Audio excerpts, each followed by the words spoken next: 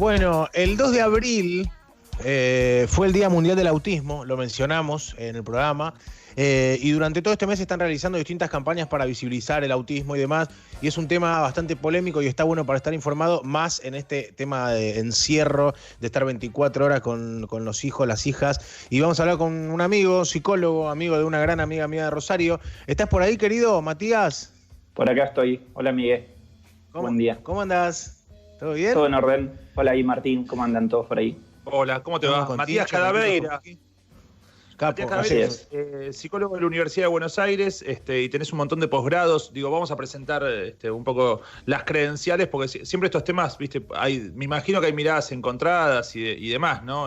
Totalmente, es verdad. Podemos tener una charla amena o una pelea acá, al aire. Sí, te voy a hacer primero una pregunta para introducir, para ver cómo se menciona bien.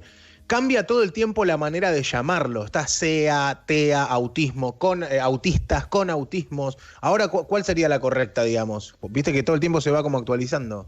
Sí, tenés toda la razón del mundo. Pasa que muchas veces definimos a las personas más por etiquetas diagnósticas que por personas en sí. Entonces eso es como todo un dilema, porque el autismo tiene como una entidad y todos conocemos la palabra autismo, y muchas familias de personas con autismo les parece un poco agresivo la palabra autista, no por la palabra en sí, sino porque, por ejemplo, muchos políticos han utilizado la palabra autista para insultarse entre sí. Entonces, quizás no tiene que ver con la palabra, sino con la intención que las usamos. Persona con autismo es una forma amable de llamarnos, pero también hay personas autistas adultas que dicen: a mí no me molesta para nada que me llames autista, me parece raro que me llames persona con autismo cuando vos no te llamás persona Matías, o persona con título de psicólogo, o persona con... Claro, exacto. Entonces, yo creo que si hay amabilidad... Sí, Martín, vos sabés que lo que decís, Matías, no, digo, te estaba interrumpiendo, pero porque es verdad que muchas palabras diagnósticas se volvieron, no te digo tabú, pero se dejaron de decir, pero porque se empezaron a usar para otras personas. Por ejemplo, lo mismo con el tema de los retrasos o los retardados y demás. Antes la palabra retardado, hace 20 años, 30 años, se usaba y se dejó de usar porque la gente lo empezó a usar como insulto para otras personas. Sí, mi abuela me lo decía como insulto. Entonces, es loco porque... sí, digamos, en mi época también se usaba la palabra Corky. ¿Se acuerdan de Corky, la serie? Sí, claro, sí, actualmente también se usa. La fuerza del cariño. Yo no las uso más, esas palabras. No, te movés con gente que no es ignorante, eso está bueno, que en tu entorno no se usa eso. No, pero porque sabés que cuando la usás estás como dañando, lastimando a otra persona. Hoy en día podríamos decirlo y compararlo con otras, ¿no? Que son palabras que se han desvirtuado, y por eso hoy en día hablar de condición del espectro autista es mucho más amable que hablar de trastorno, porque hay un padre que recién recibe el diagnóstico de su hijo, escuchar la palabra trastorno suena como un poquito difícil de digerir. Perdón, y escúchame, perdón, una sola cosa, Miguel, para después, perdón, sobre esto, más allá del uso, del uso que empezaron a hacer otras personas como para insultar a otros, ¿no? Tanto autismo como retrasos y demás. Pero además, la psiquiatría o la psicología está tratando de no poner etiquetas tan rígidas cuando hace diagnósticos. Porque me ha pasado por ahí de que no diagnostiquen, no sé, un trastorno bipolar o de la personalidad múltiple, como para no ya etiquetar a alguien y que alguien quede condicionado. Yo creo que el diagnóstico está cambiando la forma en que uno habla de este colectivo de personas, o en la forma en la que uno transmite el diagnóstico a una familia de un peque de 3 años, por ejemplo. Pero creo que cuando hablamos de cuestiones diagnósticos médicos, hay que respetar la nomenclatura, que es trastorno del espectro del autismo, porque si no, esa persona después no va a poder tener el certificado que amerite que el Estado le devuelva a las prepagas o las obras sociales lo que gastan las familias, y las prepagas le reintegren a las familias lo que gastan. O sea, hay todo un sistema de reintegros que es válido a partir de tener un diagnóstico médico establecido. Y eso tiene como una codificación mundialmente, que más allá de la forma que tengamos de referirnos a las personas con autismo, que cada vez tiene que ser más amable, esto diagnóstico no lo podemos evitar. Aunque sí sabemos que hay un montón de personas adultas que tienen síndrome Asperger y que tal vez están en su casa mirando el programa y no lo saben.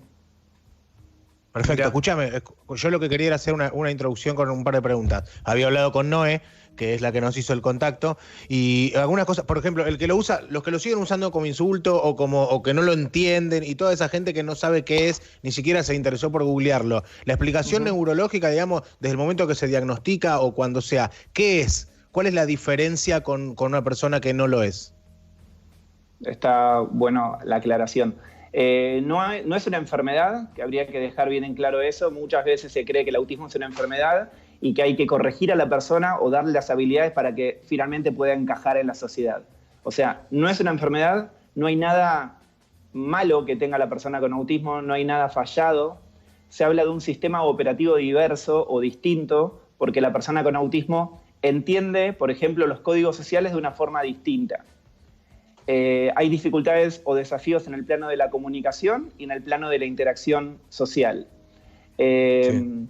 Y sí se habla de una forma distinta de operar, porque si vos escuchás a una persona con autismo o la ves actuar, a las personas que tal vez no han desarrollado todavía el lenguaje verbal, tienen como una lógica distinta a la nuestra. Entonces, si yo intento desde el perfil o del paradigma que se denomina neurotípico, las personas que no tienen una discapacidad, o lo que mayormente y mal dicho se llama personas normales, si vos realmente estudiás, lees, mirás, observás a una persona con autismo, tiene una lógica de hacer cada cosa que hace. Entonces lo que buscamos con los tratamientos es mejorar su calidad de vida, no buscamos corregirla porque creemos que esa persona esté mal o haya que fortalecerla para que se parezca más a alguien que no tiene autismo. Buscamos fortalecerla para que el día de mañana los contextos sean más amables y que pueda estar incluida en la escuela, en el trabajo, el día de mañana poder tener apoyos para mejorar, sí, su vida en general. Y a medida que va creciendo la persona, digamos, si uno no busca, a ver, vos me estás diciendo que uno no busca modificar o ponerle algo para que termine siendo normal. Claro. ¿Qué pasa a medida que la gente va creciendo, por ejemplo? ¿Sigue teniendo la misma mentalidad que cuando tiene 3 años o va aprendiendo y va siendo un adulto con el trastorno? Claro, el autismo, digamos, cambia. El autismo es un espectro, o sea, no hay personas que tengan el mismo autismo a la hora que se lo diagnosticó de sus 2, 3 años que cuando sea adulto. O sea, el autismo es un espectro que va cambiando en torno a los desafíos y en torno al ciclo vital de la persona. Uno siendo adulto tiene más desafíos que cuando es más chico. El tema es ver cómo esa persona se vaya desarrollando. Hay personas que pueden, digamos, que han desarrollado el lenguaje verbal. Hay personas que eso de creer que el autismo o que las personas con autismo no hablan también es un mito. Poder entender que las personas que quizás no desarrollaron el lenguaje verbal, el día de mañana tienen otras formas de comunicar. Sí, hablan y hay de otra personas, forma, digamos. Sí, es un espectro muy grande, la verdad. Hay personas que hablan mejor que nosotros 3 juntos y que se los llaman pequeños profesores porque tienen un vocabulario exquisito, y niños de 7 años que parecen que hablan como si fueran adultos. La realidad es que el autismo acompaña a la persona, por eso hablamos de condición. La persona crece con autismo, crece con esta forma particular de ver el mundo, que no está mal, es otra forma y otra perspectiva distinta, y hay adultos con autismo. Están invisibilizados, porque por lo general hay profesionales que no quieren trabajar con adolescentes ni con adultos, y sabemos que cada vez es más visible la discriminación que hay a las personas con autismo, ya sea en la escolaridad o ya sea en el mundo laboral. Así que hay que seguir trabajando para que esta inclusión sea realmente posible. Estamos hablando con Matías Caraveira, es psicólogo, autor de un libro sobre autismo que vendió más de 20.000 copias, es una guía para padres. Te quiero preguntar 2 cosas.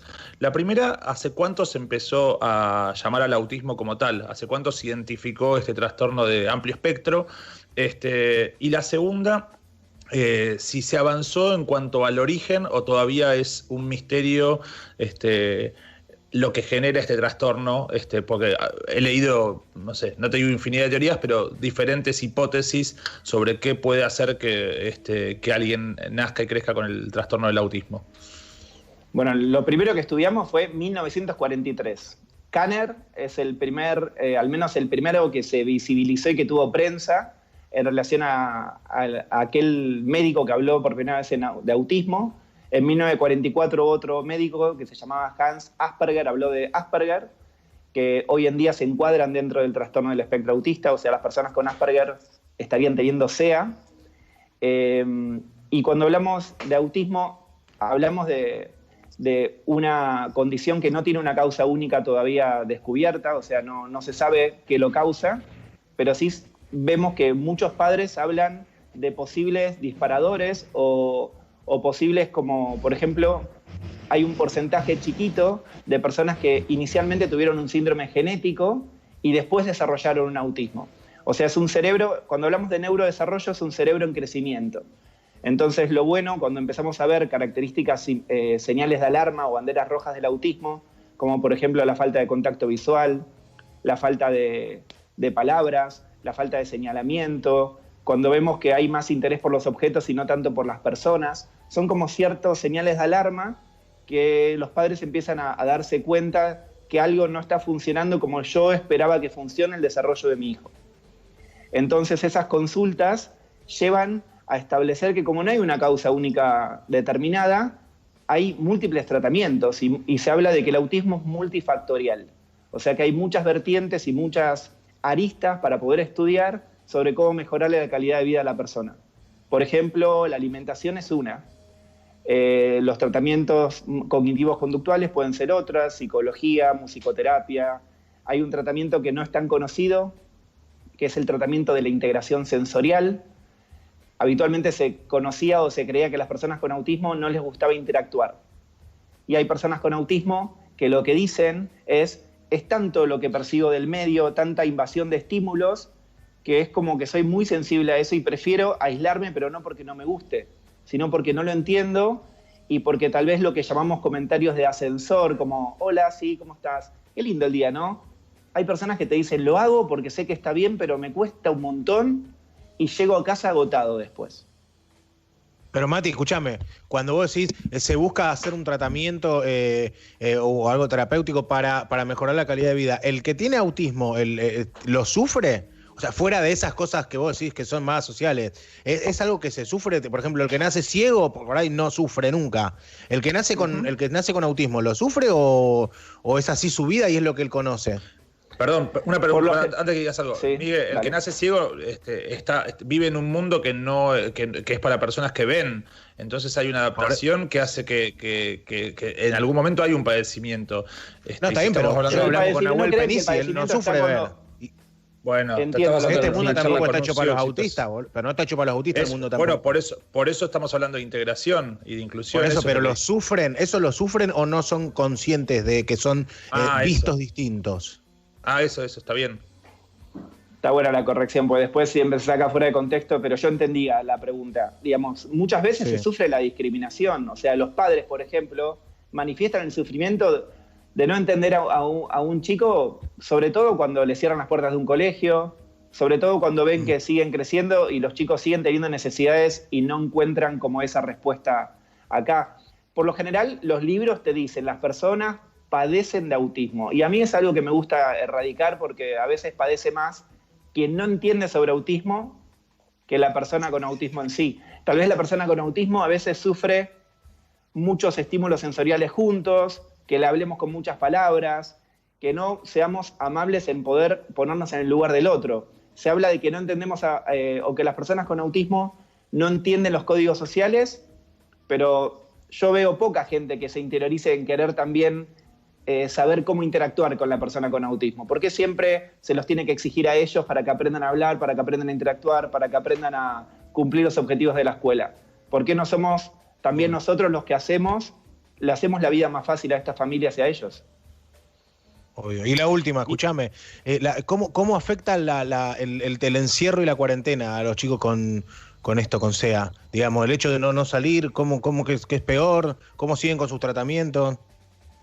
Mira, el autismo, una de las relaciones que tiene es la tolerancia que hay a la incertidumbre.